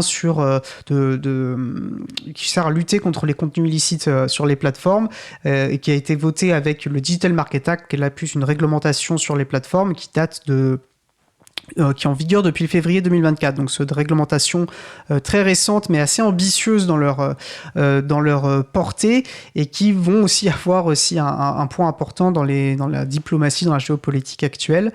Et donc c'est sur cette base-là que Apple s'est vu infliger 500 millions d'euros pour les clauses abusives dans sa boutique, dans ses boutiques applicatives, et puis Meta qui devait payer 200 millions d'euros pour enfreindre des règles concernant l'usage des données personnelles. Alors des gros montants dans l'absolu, mais en fait assez faible par rapport au chiffre d'affaires de ces entreprises, notamment si on considère le niveau d'évitement fiscal qu'elles opèrent. À moins que vous ayez envie de dire un mot sur cette amende en particulier, il y avait un autre sujet qui est intéressant de l'impact un petit peu de ces situations qui concerne la cybersécurité. Un article que Florence tu as partagé. Alors tu vas pouvoir nous en donner les détails. CVE, donc apparemment un acteur important de la cybersécurité, a failli perdre son financement et cela aurait pu avoir des impacts importants en termes de cybersécurité globale. Oui, complètement. Du coup, le CVE, c'est pas quelque chose de très connu auprès du grand public, mais c'est quelque chose qui touche tout le monde parce qu'elle recense toutes les vulnérabilités de sécurité en termes de sécurité de système informatique, pardon. Et du coup, c'est ce qui fait référence et qui est normatif dans le sens où quand le CVE dit qu'il y a telle faille de sécurité dans tel logiciel open source ou des choses comme ça, toutes les entreprises, enfin les systèmes informatiques des entreprises se fie à cet organisme pour mettre à jour ou pas le patch pour faire en sorte qu'on n'ait pas de soucis et qu'on ne soit pas vulnérable. Et ce qu'il y a, c'est que le CVE est financé essentiellement ou exclusivement, je ne sais pas, mais en tout cas de façon assez importante par l'agence de cybersécurité américaine, le CISA, qui jusqu'au dernier moment, du coup, n'a pas renouvelé son contrat. A fini par le faire, mais vraiment genre à J-1 ou J-2. Et du coup, la MITRE, qui est l'organisation qui gère la CVE, a failli se retrouver sans sous. Et donc là, c'est super grave parce que c'est quelque chose de communautaire qui fait que si on n'a pas ce type de référence, honnêtement, c'est la jungle. On parle plus le même langage, on n'a pas d'alerte commune. Et un des premiers effets déjà de l'administration américaine par rapport à ça, au fait que finalement, du coup, la bonne nouvelle, c'est que du coup, une fondation a été créée en urgence pour pallier à ça et préparer l'avenir, à voir si ça va être suffisant ou pas pour pouvoir recueillir d'autres fonds. Et en même temps, on a déjà des impacts de l'administration dans la mesure où il y a presque 500 employés du MITRE, donc l'ONG qui gère ça, qui ont été licenciés suite à l'arrêt des contrats par la Doge, donc qui correspondait à 28 millions de dollars de budget. La Doge qui était alors, je ne sais pas si une agence gouvernementale, en tout cas c'était la sorte de mission gouvernementale conduite par Elon Musk, qui était pour faire des coupes budgétaires drastiques et complètement aléatoires, presque on avait l'impression, enfin, en tout cas très importantes, et qui ont eu des impacts très sévères sur un niveau international. Quoi, pour tout ce qui lui paraît pas important. Enfin, de toute façon, sa mission c'est de réduire les coûts, donc si on vire tout le monde, ça marche. Pour le coup. Après, c'est à lui d'arbitrer sur qu'est-ce qui a de l'intérêt ou pas. Et pour lui, ça, alors comme quoi, je suis très étonnée, enfin, il y comprend vraiment rien, mais ça, c'est mon avis, parce que pour un mec qui travaille dans la tech, de supprimer ça, sauf si ça... En fait, c'est quand même intelligent, parce que du coup, ça met un peu plus en péril les entreprises qui n'ont pas les moyens, en fait, de se protéger par rapport à ces virus. Par rapport à quel objectif ? Et son objectif n'est pas forcément celui de l'intérêt général. Oui, effectivement. Voilà. Ça dépend comment on pense. Et j'ai vu, alors c'est une aparté, mais c'était un article intéressant, alors qui n'était pas réjouissant en tant que tel, mais qui comparait ce qu'avait fait le Doge, parce qu'ils allaient dans les administrations, ils pillaient les données, ils faisaient un peu n'importe quoi, et c'était comparé à une forme d'attaque informatique interne, la pire de l'histoire, quoi. Parce que voilà, ils ont ouvert toutes les portes, ils ont tout saccagé, ils n'ont pas du tout respecté les règles très strictes pour de bonnes raisons qui s'appliquent à la cybersécurité que je ne connais pas du tout, mais bon, et avec des impacts, c'est assez affligeant et consternant. Ouais. Oui, mais en tout cas, ce serait dramatique si la CVE n'a plus les moyens. Ça veut dire que chaque pays gère son propre référentiel. Il doit se retrouver tout seul, en fait. C'est vraiment renoncer à... On parlait d'utilité publique tout à l'heure. Ça rentre complètement dans ce type de mission. Alors moi, j'aime bien partir en diagonale, et j'aurais tendance à me poser la question aussi, c'est que le CVE, ça donne peut-être trop de pouvoir en termes d'organisation au système américain. La NSA et les différentes organisations de sécurité et d'intelligence américaines, ils aiment bien héberger ce genre d'organisme en général. Ils aiment bien avoir les bugs et les remontées de failles en premier. Ils sont très contents, ils sont très friands d'avoir ce genre d'outils, parce qu'en plus, quand on remonte une faille plus ou moins importante, il y a généralement une période de blocus où on ne la révèle pas à tout le monde, parce qu'on veut d'abord répandre un petit peu l'antivirus, répandre les défenses avant que l'attaque soit connue de tous. Or, la NSA, typiquement, donc National Security Agency, qui sont des employeurs de mathématiciens et d'informaticiens par grand nombre, eh bien, eux, ils ont en théorie accès à ces failles en premier, et on peut supposer qu'ils peuvent en faire un usage pour différentes raisons. Alors, quand on était leurs alliés objectifs ou leurs vassaux à voir, peut-être que dans une certaine mesure, ça nous arrangeait, mais aujourd'hui, effectivement, on se rend compte que ça peut nous retomber dessus. On ne sait pas, qu'est-ce qui peut se passer avec l'Ukraine, qu'est-ce qui peut se passer avec l'armée française. En théorie, ils ont accès à toutes les failles avant que nous, on les connaisse. Bonne remarque. Je vous propose de passer au sujet suivant. Alors, en réalité, on ne change pas tant de sujets que ça, parce qu'il va toujours être question des enjeux de cybersécurité avec ce qui a été baptisé l'affaire du Signalgate. Alors, elle est à la fois drôle et en fait inquiétante, cette affaire. Alors, Signal, c'est un logiciel libre de messagerie sécurisé. Sécurisé parce qu'il chiffre les conversations de bout en bout, c'est-à-dire qu'en gros, vous pouvez le lire sur votre téléphone, la communication va voyager à travers le réseau, mais ne pourra pas être lue parce qu'il est sous cadenas, et quand ça va arriver chez votre interlocuteur ou interlocutrice, cette personne sera en mesure de déchiffrer, de lire ce message. Donc ça, c'est une pratique de sécurité très importante. Et Gate, parce que aux États-Unis, quand il y a un problème, on met Gate derrière. On peut penser bien sûr au Watergate. Alors en résumé, il y a un journaliste de The Atlantic, qui est un journal américain, Jeffrey Goldberg, qui a été invité par erreur sur un groupe Signal, donc un groupe de conversation où des membres du gouvernement américain échangeaient, notamment le secrétaire de la Défense, Pete Hegseth. Et sans que cette présence d'un journaliste ou d'une personne qu'ils ne connaissaient pas semble déranger, ils ont partagé des informations détaillées sur une opération en cours, une opération de bombardement au Yémen. Donc ça a sorti, parce que ce journaliste, il a fait son travail de journaliste, il ne s'est pas privé de partager cette information, et ça a fait pas mal de bruit. Voilà. Comment vous réagissez quand vous entendez ce genre Là, c'est d'un amateurisme abouti, mais qui va très loin, sachant qu'en plus, il a renouvelé, où on a découvert qu'il avait d'autres flux Signal, où il se vantait auprès de sa famille de ce qu'il était en train de faire. Il était en train de montrer un petit peu en utilisant les outils numériques. Le Pixel, oui, parce que le ministre de la Défense. Voilà, l'équivalent. Et effectivement, le gars, il comprend rien à rien et il connaît pas les bases des pratiques de sécurité. Normalement, ces genres de discussions doivent même pas se faire sur des systèmes connectés à Internet. Ça doit se faire sur des lignes spécialisées, dans des circuits spécialisés, à part. C'est air-gapped, on dit. Donc, il y a de l'air entre Internet et ces genres de réseaux sécurisés là. Et là, que n'importe qui puisse se connecter avec son téléphone portable, y compris, il y avait un des intervenants qui était basé en Russie au moment où il lisait le flux. C'est choquant. Sans oublier que la Russie, on suppose qu'ils ont des moyens d'attaquer Signal, qui n'est pas parfait non plus, qui a des difficultés à différents points de son cheminement. Notamment, les serveurs ne sont pas tout à fait libres. Il y a des problématiques. C'est pour ça qu'on n'utilise pas beaucoup Signal à l'April. On préfère d'autres protocoles. Et donc là, non, les gars, ils ont été vraiment très mauvais. Et ils ont de la chance que ça ne se révèle que sous cette forme-là, c'est-à-dire un petit scandale dans le milieu médiatique, et puis quelque chose qui montre leurs mauvaises pratiques, parce que ça pourrait vraiment déboucher sur des morts ou des graves problèmes vraiment en profondeur pour les États-Unis. Oui, c'est pas juste comique, c'est que ça peut avoir des impacts. Par exemple, il y avait, après c'est des militaires, ça fait partie, mais voilà, il y a des gens, et c'est ce qui a fait du bruit aux États-Unis, c'est qu'on ne plaisante pas avec la vie des militaires. Et donc finalement, ces personnes dans les avions qui étaient en train de bombarder, alors voilà. Mais c'est compliqué.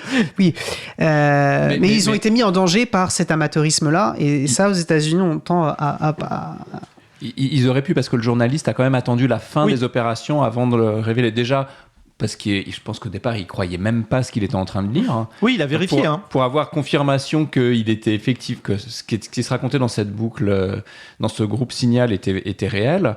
Et puis, je pense, pour pas mettre en danger effectivement la vie des soldats américains, et puis probablement aussi pour éviter des poursuites judiciaires derrière qui auraient probablement été un peu violentes s'il avait révélé ça avant. Sachant que les responsables américains, ils ont dit « Mais non, ce n'était pas sous le secret défense, il n'y avait pas de problème, on pouvait dire ce qu'on voulait sur Internet. » Et le journaliste, quand il a entendu ça, il avait attendu, il n'avait pas encore révélé tout le contenu. Et c'est quand les responsables ont dit que ce n'était pas couvert par le secret défense, que là, il a dit « Ah d'accord, dans ce cas-là, il n'y a pas de problème, je peux vous le révéler à tous. » Et là, on s'est rendu compte que bien sûr, ça aurait dû être couvert par le secret défense, c'était des plans d'attaque avec des horaires précis, des zones précises. C'était complètement dans l'optique militaire. Donc là, ils se sont plantés sur toute la ligne, on peut le dire. Je pense que là où le traitement est quand même assez minable, c'est que la plupart des failles de sécurité, c'est ça, c'est des erreurs humaines en réalité. Mais c'est plus la défense. Le Pentagone qui envoie un mémo en disant que c'est lié à un défaut de sécurité de signal, ça c'est quand même assez petit. Ça fait très cours de récréation, quoi, pour le coup. Ouais, sachant qu'en plus, il utilise son téléphone personnel. Ce qui est complètement, ça on l'a pas dit, mais ouais. Parce que je pense que c'est idiocratie. On est vraiment dans l'idiocratie là. Ce qu'il faut retenir, c'est qu'il y a des gens qui se demandent. Signal, c'est un très bon outil. On vous invite, si vous utilisez WhatsApp par exemple, qui est la solution propriétaire, plutôt d'utiliser. Alors il y a d'autres protocoles, XMPP, etc. Mais c'est vrai que Signal a une facilité d'utilisation. Donc c'est une très bonne alternative. On va parler d'alternative juste après. Mais c'est très bien pour chiffrer, pour les communications entre vous, pour organiser un repas familial, etc. Pour organiser des opérations militaires classées défense, non. Voilà, il y a des questions aussi de bons outils ne sont pas bons pour tout, mais voilà, si vous voulez hésiter à utiliser Signal, il ne faut pas que vous disiez en fait c'est pas assez sécurisé. C'est tout à fait sécurisé pour la plupart des usages, pas pour cela. Ouais, et comme on l'a dit tout à l'heure, la problématique que nous on peut voir dans Signal, parce qu'on est un peu des jusque-boutistes, on peut se l'avouer, c'est que le serveur, c'est le serveur de Signal. On ne peut pas s'installer son propre serveur Signal pour être complètement souverain et s'auto-héberger. Même si on a le code source de l'application, si on veut, on peut la recompiler. Ce que personne ne fait, ce qui est aussi un problème, c'est que souvent on va sur le Play Store de son fabricant de téléphone et puis on télécharge l'application sans vérifier ce qu'il y a dedans. Mais en tout cas, on pourrait le recompiler et se l'installer si on le voulait. Par contre, le serveur, même s'il n'est pas censé voir les messages puisque c'est chiffré de bout en bout, et ben on le maîtrise pas. Et puis ça pose des problèmes économiques, c'est que ces serveurs, il faut les payer, et c'est la société Signal qui édite le logiciel qui paye ces serveurs, et du coup elle fait des appels aux dons réguliers parce que elle a pas de business model. Elle fait pas comme WhatsApp et Facebook, Meta, à regarder ce qu'on fait, à monétiser nos données et nos profils. Donc le modèle économique aussi, et il se cherche encore. Ouais, alors c'est un dernier mot. On peut supposer qu'ils ont des métadonnées. C'est-à-dire qu'ils savent qui discute avec qui, même s'ils ne connaissent pas le fond du message. C'est comme les enveloppes à la poste, ils peuvent peut-être déduire qui a envoyé à qui. Ce qui a déjà de la valeur en soi. Énormément. Avançons. Alors, il reste très peu de temps. Il y avait effectivement, alors en ce moment, il y a beaucoup d'articles, et on se comprend pourquoi, qui propose tout un tas d'alternatives aux outils des GAFAM. Alors, par exemple, un article d'Anumérique, des outils libres ou pas libres, et bien sûr, nous vous invitons à utiliser, pour tout un tas de raisons qu'on a déjà évoquées ici, de préférer un outil libre. Alors, essayez de répondre rapidement, je vous fais confiance. Si vous avez un outil ou une alternative libre que vous recommandez généralement autour de vous, que vous pensez, voilà, ça, si vous n'en avez pas en tête, ce n'est pas grave, on avance. Et est-ce que vous trouvez que c'est un moment propice mais en fait, on a déjà un petit peu parlé dans ce chaos actuel, parfois on peut faire émerger des choses. Est-ce que c'est un moment propice pour inciter les gens à migrer vers des outils libres? Voilà, 1 minute chacun. C'est le défi ce que je vous lance. Vas-y, je t'en prie. D'accord. Moi, Firefox, depuis 20 ans, je pense. C'est mon outil préféré. Après, il y a... Moi, ça m'intéresse... Firefox, c'est un navigateur web, pardon. Voilà. Un navigateur, oui. Par rapport à ce que tu disais, Emmanuel, sur l'alternative à WhatsApp, ça m'intéresse parce que moi, j'arrive à faire bouger personne. Et on a parlé de Signal, mais c'est américain. Et il y a d'autres alternatives, mais il faut vraiment qu'en termes d'UI, ça passe. Donc là, c'est plus une question qu'un conseil. UI, c'est interface utilisateur. Oui. Et le logiciel, le plugin Firefox, mon Dieu, l'extension Firefox que j'utilise, c'est Go European, ou le site europeanalternatives.eu, ou Framasoft pour chercher des alternatives aux outils américains ou non libres que j'utilise jusqu'ici. Et je te demanderai la référence qu'on partagera sur le site, enfin sur la page de l'émission pour les personnes que ça intéresse. Benjamin, un mot où on avance. Et on peut avancer pour parler du cas Ubisoft en 1 minute aussi. Alors moi, je voulais juste inciter tout le monde à utiliser Ubuntu. Très bien. Parce que c'est génial et c'est plus facile à utiliser que macOS et Windows. Voilà, Ubuntu ou Debian, mais en tout cas utiliser les systèmes d'exploitation libres qui maintenant sont tout à fait accessibles. Effectivement, les interfaces graphiques ont beaucoup évolué. Qui sont plus accessibles. Il faut arrêter de dire que c'est un truc de geek ou de barbu. C'est plus accessible, c'est plus facile, c'est moins cher et ça permet de faire fonctionner des ordinateurs plus vieux. Très bon, voilà, tu as tout à fait raison. Ah, voilà, la sonnette fonctionne.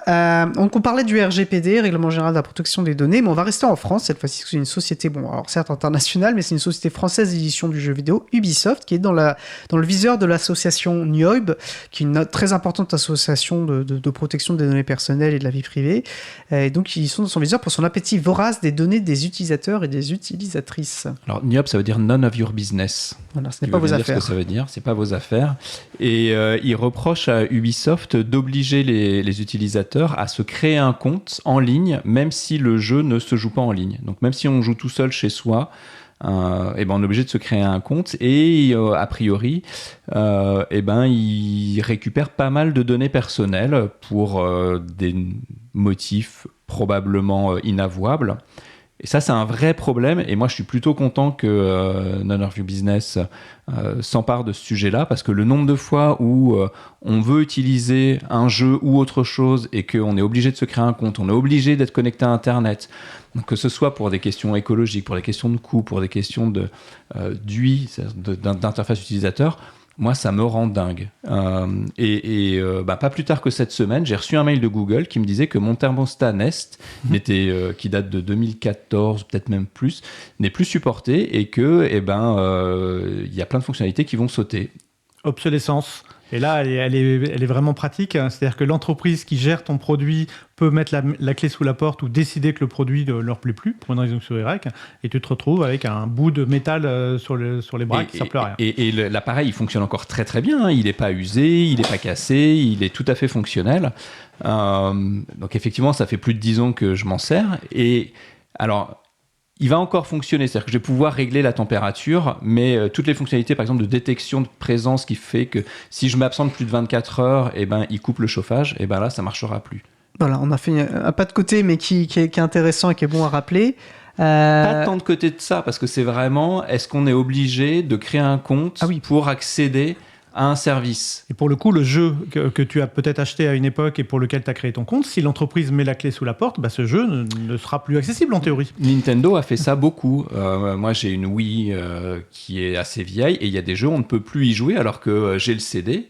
Le jeu devrait être jouable. Il n'y a aucune raison qu'il ne le soit plus, mais il ne l'est plus parce qu'ils ont coupé les serveurs. C'est une stratégie de fin du monde comme une autre, après tout. Bon, bah après, voilà, nous, à l'April, on lutte depuis très longtemps contre ce qu'on appelle les DRM. Hein, c'est des mesures de restriction d'usage qui vous empêchent d'utiliser vos propres produits comme bon vous semble, en fait. Hein, vous avez acheté, mais en fait, ce n'est pas vraiment le vôtre.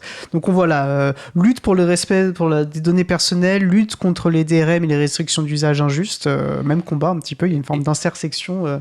Ouais, et on voit que tout est lié parce que si on a le code source, si le logiciel est libre, eh ben, il ne peut pas y avoir d'attaque au RGPD. Ou en tout cas, déjà c'est visible et puis on peut choisir de faire autrement du coup.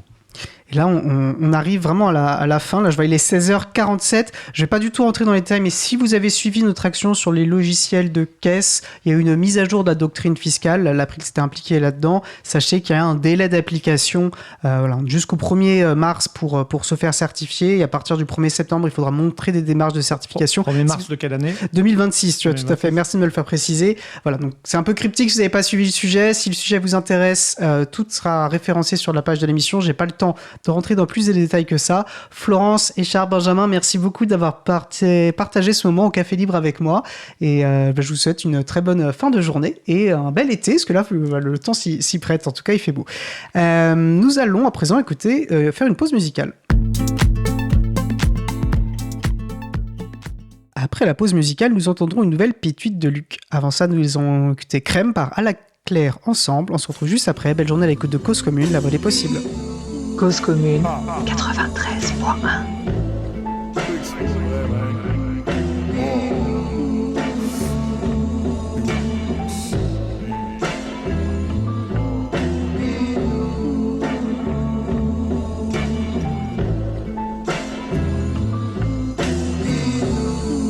Yo, ayo, j'en pantouf, prends tout, roule nos bouts. C'est légal au States, c'est légal au bout. Fuck, toutes tes pilules, fuck ta peau, fuck des bidules, fuck des mollies, c'est pas poli, jolly. Moi j'suis high, de nitrel, les roll up, le spliff. J'en pantalon, bitch. C'est ma bitch, j'réponds pas de ça, mon fourni sur le grid. Trop occupé dans le vide, à m'inventer des beats. Mais les créneaux dans le coup, propre lit dans le bide. Mon char est fait en pimp, mon téléphone en tout pix. C'est comme ça que j'rentrais dans l'équipe, en gros débile, full pix. Check mes yeux sont fuck it, sont perdus dans leur orbite. Des conversations dans le trafic, j'écoutais raconter l'Afrique. Everything that is green is a cream that's healing all your mind. We get high smoking trees, but we only smoking trees. And please give me the Roll up the spliff, roll up the spliff, roll up the spliff, she can roll up the spliff, roll up the spliff, roll up the spliff, roll up the spliff, roll up the spliff. Yo, tu sors jamais du moule, ça pousse sur le patio doux. C'est pour ça que c'est pas cool à faire pousser ça l'air dans aucun doux. C'est von raper, dug down chase le paper. Le couche pousse l'invalidable, on exporte ça jusqu'au Denver. Remplir un primo, j'trouve ça moins deep qu'un alcoolique. Conduit à 2 plus de taf, 5 de même, ask about it. Si tu me croises en blazer, c'est que j'trouve la vie plaisante. Des journées où j'me sens bien, que tu veux jamais me voir, twist ton paper.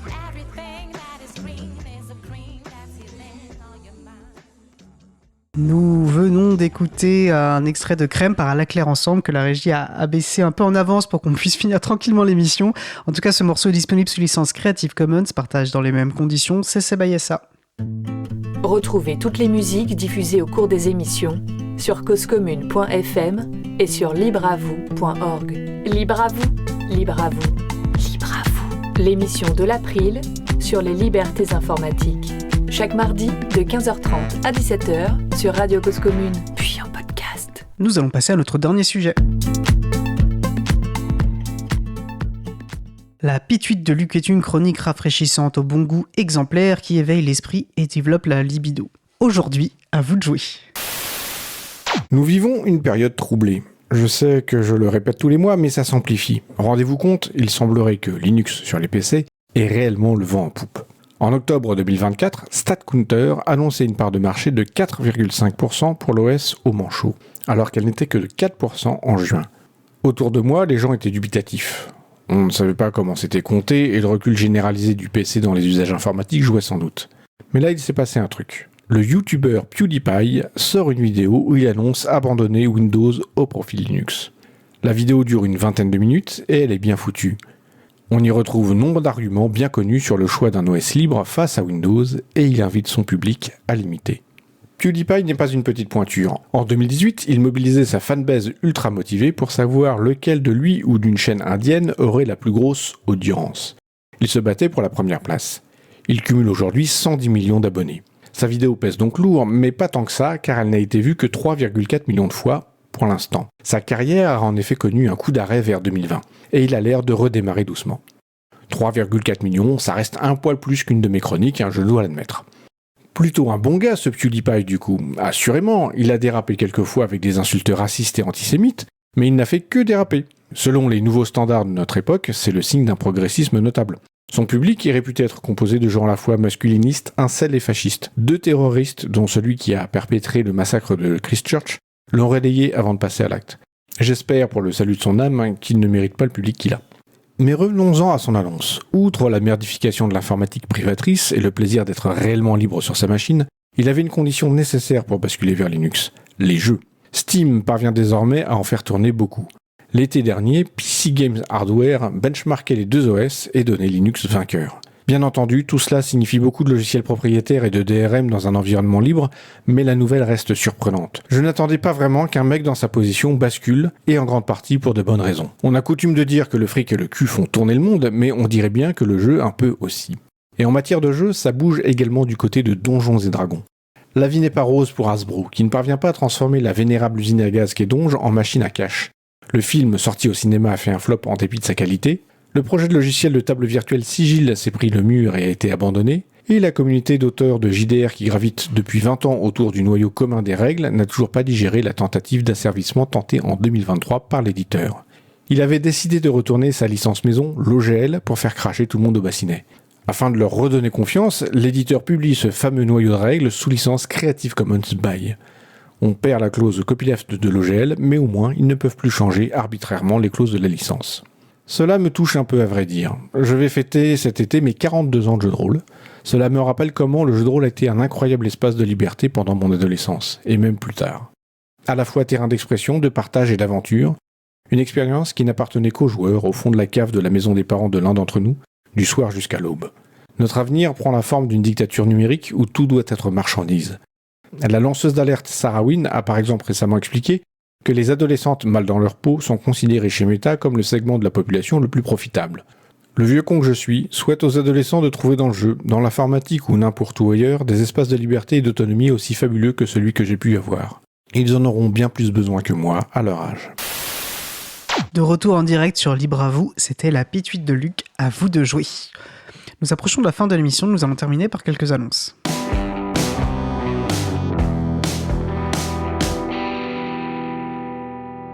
Dans les annonces, alors beaucoup d'événements en mai, à commencer par le premier samedi du Libre, samedi 3 mai de 14h à 18h au carrefour numérique de la Cité des Sciences et de l'Industrie à Paris 19e. Venez aider ou vous faire aider à installer et paramétrer des logiciels libres et toute distribution GNU Linux ou Android avec les nombreuses associations présentes. Une soirée de contribution au libre aura lieu jeudi 8 mai à la FPH, Fondation pour le Progrès Humain, à Paris dans le 11e arrondissement. Cause Commune vous propose un rendez-vous convivial chaque premier vendredi du mois à partir de 19h30 dans ses locaux à Paris, au 22 rue Bernard Dimet dans le 18e arrondissement. Une réunion d'équipe ouverte au public avec apéro participatif à la clé. Occasion de découvrir le studio et de rencontrer les personnes qui animent les émissions. La prochaine soirée radio ouverte aura lieu le vendredi 2 mai. Nous vous donnons rendez-vous vendredi 30 mai au local de l'April dans le 14e arrondissement de Paris pour une rencontre April, l'occasion d'échanger entre membres et soutiens de l'April, mais aussi d'accueillir de nouvelles personnes intéressées par nos sujets et souhaitant en savoir plus sur nos actions. L'April sera présente avec un stand à la place des associations de Centrale Supélec, événement organisé par l'association étudiante Forum Ingénieurs Responsables. Cette journée aura lieu mardi 13 mai de 16h30 à 19h30 à Paris-Saclay, en Essonne. L'April sera présente également avec un stand et une conférence aux rencontres professionnelles du logiciel libre, les RPLL, jeudi 15 mai 2025 à Lyon. L'April sera toujours présente cette fois-ci au Faire Festival, jeudi 22, vendredi 23 et samedi 24 mai 2025 à Toulouse. Et enfin, l'April sera présente aux Journées du logiciel libre et JDLL avec stand et conférences, samedi 24 et dimanche 25 mai 2025 à Lyon. Et je vous invite, comme d'habitude, à consulter le site de l'Agenda du Libre, l'agendadulibre.org, pour trouver des événements en lien avec les logiciels libres ou la culture libre près de chez vous, ainsi que les associations qui les font vivre. Notre émission se termine. Je remercie les personnes qui ont participé à l'émission, Laurent et Laurette Costi, Louison, Florence Chabanois, Benjamin Bellamy, Écharpé et Luc. Aux manettes de la régie aujourd'hui, Julie Chaumard. Merci également aux personnes qui s'occupent de la post-production des podcasts, Samuel Aubert, Élodie Daniel Gérondon, Languin, Julien Haussmann, tous et toutes bénévoles à l'April, et Olivier Grieco, le directeur d'antenne de la radio. Merci aussi aux personnes qui découpent les podcasts complets des émissions en podcasts individuels par sujet. Quentin Gibaud, Théocrite, Tunuy, bénévole à l'April, et mon collègue Frédéric Couchet. Vous retrouverez sur notre site web libreavou.org/245 toutes les références utiles de l'émission de ce jour, ainsi que sur le site de la radio causecommune.fm. N'hésitez pas à nous faire des retours pour indiquer ce qui vous a plu, mais aussi les points d'amélioration. Vous pouvez également nous poser toutes questions et nous y répondrons directement ou lors d'une prochaine émission. Toutes vos remarques et questions sont les bienvenues à l'adresse bonjour@libreavou.org. Si vous préférez nous parler, vous pouvez aussi nous laisser un message sur le répondeur de la radio. Pour réagir à l'un des sujets de l'émission, partager un témoignage, vos idées, vos suggestions, vos encouragements, ou pour nous poser une question. Le numéro du répondeur est le 09 72 51 55 46. Je répète, le 09 72 51 55 46. Nous vous remercions d'avoir écouté l'émission. Si vous avez aimé cette émission, n'hésitez pas à en parler le plus possible autour de vous et à faire connaître également la radio Cause Commune, la voix des possibles. La prochaine émission aura lieu en direct mardi 6 mai à 15h30. Notre sujet principal portera sur le logiciel d'Unitaire et la monnaie libre June, et il sera notamment justement animé par Écharpe, encore présent avec moi en studio. Nous vous souhaitons de passer une belle fin de journée. On se retrouve en direct mardi 6 mai, et d'ici là, portez-vous bien.